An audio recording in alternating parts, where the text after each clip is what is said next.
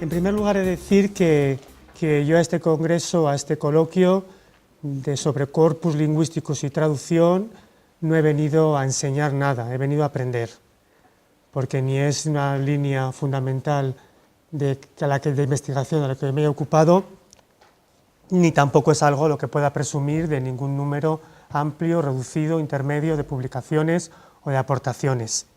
Sí es verdad que es un viejo proyecto mío que siempre está en el cajón de las cosas a hacer, a trabajar sobre este tema que durante toda mi vida me ha apasionado, que es el de los phrasal verbs ingleses y de los nombres y adjetivos y otro tipo de formas derivados o relacionados, porque no siempre están derivados de ellos, que llamamos también phrasal nouns o se denomina en inglés y que podemos denominar también en español nombres frasales. Bien, todos los que hemos estudiado inglés en alguna medida sabemos que hay un fenómeno lingüístico y lexicográfico característico del inglés contemporáneo, pero de una gran antigüedad en esta lengua, de siglos, es la formación de palabras de compuestos con partícula, con preposiciones, adverbios o con ambas cosas a la vez.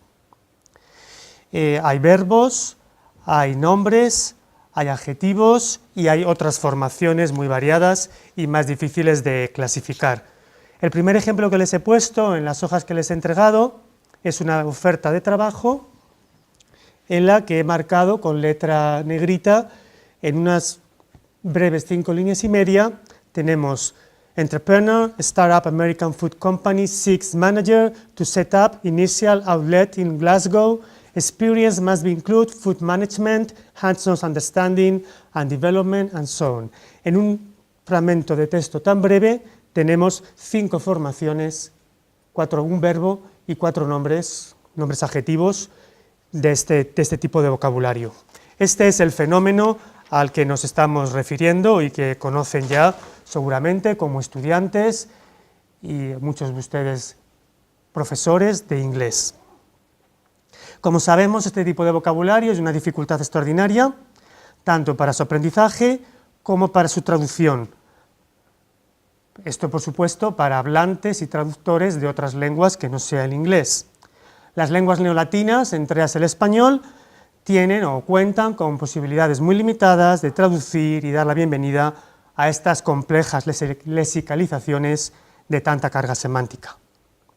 Algunas de sus características, pues por citarles alguna de las que ya puedan conocer, por recordárselas, es ese típico sabor autóctono, propio, agermánico de la lengua, con lo cual les convierte en palabras favoritas, coloquiales, no solamente coloquiales, sino también en lenguajes especializados de todo tipo, también son tanto de uso corriente, pero no siempre, son típicas porque son monosílabos, porque tienen raíz germánica, etc. La extraordinaria economía que suponen para los hablantes nativos, un número limitado de bases verbales se combinan con otro número limitado de partículas y con muchos poquísimos medios lingüísticos son capaces de expresar una variedad complejísima y amplísima de significados. Y también otra de sus rasgos fundamentales es la capacidad que tienen para distorsionar su significado desde lo más literal hasta lo más idiomático. Pues bien, estas ventajas para el hablante nativo se convierten en desventajas para los hablantes no nativos de esa lengua. Por su apariencia engañosa, por sus continuos juegos de significados entre literales e idiomáticos, por el esfuerzo que hay que hacer de memoria y al mismo tiempo para la facilidad para olvidarlos en cuanto se baja la guardia. También por la tentación para sustituirlos por otros verbos de raíz latina, pero de uso mucho más restringido o especializado o un nivel mucho más culto en la lengua inglesa y que convierten y transforman en un inglés mucho más antinatural, forzado o excesivamente culto. Bien, pues este mundo de vocabulario frasal inglés, sobre todo verbos, pero phrasal verbs, tiene su correlato, su correspondiente con los nombres, adjetivos y otras formas. Si los verbos tienen diccionarios especializados, tienen muchos estudios y demás, no ocurre lo mismo con estas otras formaciones, que generalmente son desatendidas, están en apéndices, en nota, los números de estudios es mucho menor, etc. Si vemos en el ejemplo anterior, solamente había un verbo y sin embargo había 4 formas nominales o adjetivas. Si se fijan en el segundo cuadro que he puesto, el primer cuadro en el segundo ejemplo, para que se den cuenta, si no se han dado cuenta todavía, de la extraordinaria variedad de estas formaciones. Podemos tener la partícula al principio y el verbo al final. Pueden ir con guión, sin guión o separadas. Pueden tener otro tipo de sufijos intermedios. Tienen participios, tienen todo tipo de prefijos, sufijos, es decir, ahí tienen en ese cuadro una pequeña lista de toda la inmensa variedad de formas a las que pueden dar lugar. Bien, es por lo tanto un fenómeno de gran riqueza, formal, semántica y por su abundancia, sencillamente por su riqueza en cuanto a número.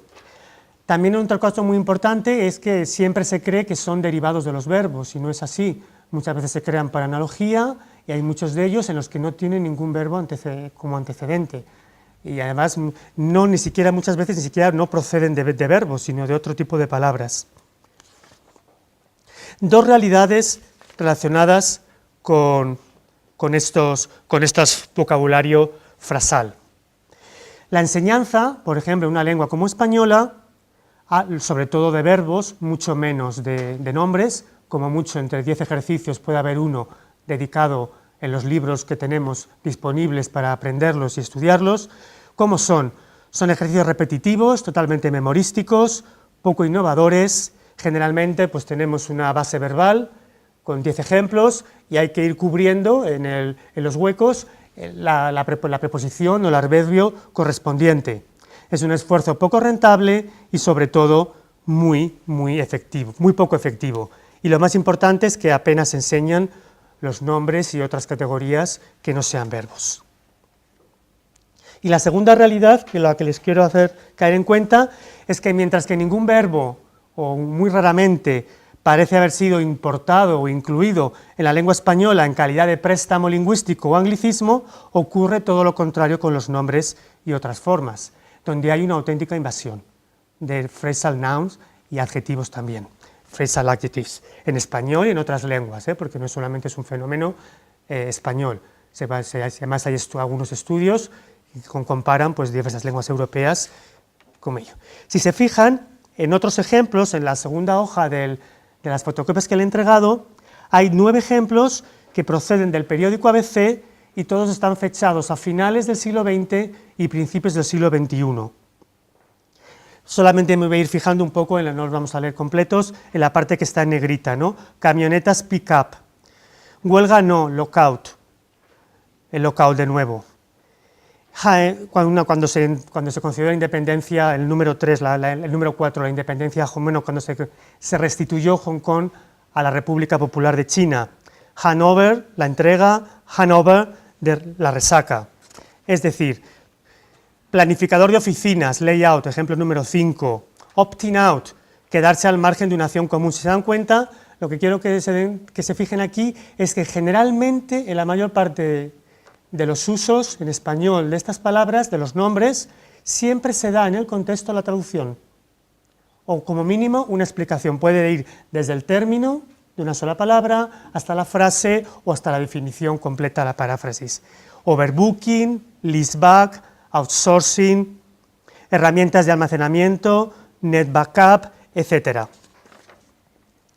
Por lo tanto, si nos fijamos en los archivos de los periódicos españoles, que como saben están la mayor parte de ellos disponibles, con mayores o menores dificultades, a lo mejor hay que buscar la búsqueda avanzada, o hay que, los cuanto más antiguos en el tiempo, pues más dificultades su consulta, o incluso la hemeroteca digital de la Biblioteca Nacional de España, que ayer mismo lo miré por curiosidad para ver qué decían, y dice que tienen 143 periódicos y revistas españolas, ¿no?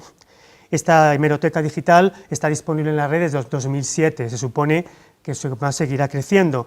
He cogido 3 periódicos para los 3 periódicos probablemente de los más antiguos que hay hoy en España. El decano de la prensa española hoy en día es El Norte de Castilla, que se ha publicado ininterrumpidamente desde 1854, es decir, 160 años. La Vanguardia también es muy antigua, se publicó en 1881 por primera vez hasta hoy, y ABC en 1903, tiene 110 años. Es decir, utilizando las hemerotecas, los archivos de estos periódicos, tenemos unas fuentes de datos, unas bases, unos corpus que se pueden construir a través de ellos, en las cuales tenemos toda una evolución, ¿no? Podemos casi datar en qué fecha apareció por primera vez todos estos nombres y adjetivos en el lenguaje del español, por lo menos de España. Igualmente se podría hacer con periódicos hispanoamericanos y de otros lugares. Las posibilidades están ahí y son muy aceptables, ¿no? Si se dan cuenta, por los ejemplos que hemos visto, tiene 2 ventajas. Todos estos ejemplos nos da toda la historia de propuestas de traducciones, desde la primera vez que llegó a cómo ha ido cambiando, siempre, porque la mayor parte de ellos tienen la explicación en español junto a la importación en el término, porque evidentemente son muy opacos. No solamente se cogen porque son útiles, porque están en boga, por la influencia del inglés, pero no son muy transparentes. Evidentemente, si queremos que se comprendan, hay que explicarlos en el mismo contexto.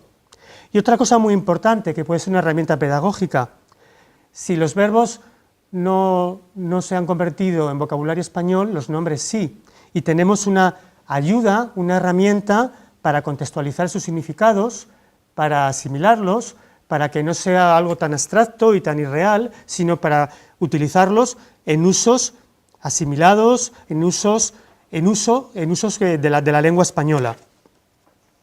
Si vamos a la traducción, estas 2 pequeñas ideas, ¿cuál es el problema que la teoría en general dice y la práctica enseña sobre este vocabulario frasal? Debido a su densidad semántica, a sus connotaciones, a su idiomaticidad, en general provoca que se traduzcan por al menos 2 o 3 palabras como mínimo, si hay suerte, y a veces largas paráfrasis explicativas, lo cual evidentemente demuestra que es un reto de traducción. En estos ejemplos, por ejemplo, tenemos layout, planificación de oficinas, lockout, huelga de propietarios, hasta ahí todavía estamos dentro de unos límites razonables. Opting out, esto procede del contexto, libertad para quedarse al margen de una acción común. Y outsourcing, esta es una definición de Alcaraz, no estaba explicada en el contexto del Diccionario de Economía de Alcaraz, subcontratación externa de servicios propios. Esto no es nada más que el comienzo de la definición, porque es todo un párrafo, explicando lo que es outsourcing. Bien, hay un auténtico reto de traducción y ¿cuál es la necesidad? Habría que construir un diccionario bilingüe procedente sería lo que habría que hacer y que yo nada más he iniciado, un auténtico diccionario bilingüe, glosario, con propuestas históricas, poniendo a prueba todo lo que se ha hecho, comparando las posibilidades que se han aportado para traducirlos y llegando a algún tipo de conclusión. Y también, bueno, una vez que vemos los ejemplos, también, claro, los compuestos en los que han entrado, cómo han cambiado los significados, cómo hacen el plural, cómo se pronuncian, cómo se escriben, en fin, hay todo un mundo, un universo de análisis lingüístico que puede ser de elementos, yo así lo creo, de grandísimo interés. Si pasamos a la enseñanza, que sería otra aplicación, estos ejemplos reales, con contexto de lengua española, con formas asimiladas, con significados, usos y explicaciones, sería una manera de ayudarnos a superar la dificultad, a perder el miedo a este tipo de vocabulario, y sería hacer el proceso al revés, no estudiar los phrasal verbs, los verbos frasales directamente y luego los nombres como un apéndice, sino iniciar el estudio por esos nombres, cómo han llegado al español, después una segunda fase, ya una vez que tenemos un cierto contexto, asimilación y una asimilación del significado, pasar a los nombres en inglés y después a los verbos. Creo que sería un proceso en sentido contrario, mucho más entretenido, mucho más efectivo, más rentable, etc. Si se fijan en la última fotocopia, en la última hoja de las fotocopias que les he entregado, he cogido 3 palabras, 3 play-off, he puesto al principio las 3 posibilidades en las que se encuentra en español, se encuentra tanto fusionado como con guión, como separado, stand by and pick up. He elegido estas tres sencillamente porque son las que puse de ejemplo en el resumen que ustedes a lo mejor habrán podido leer. Cogemos el norte de Castilla, en una búsqueda simple ofrece de inmediato los resultados desde el año 2006. Del primero tenemos 8.592.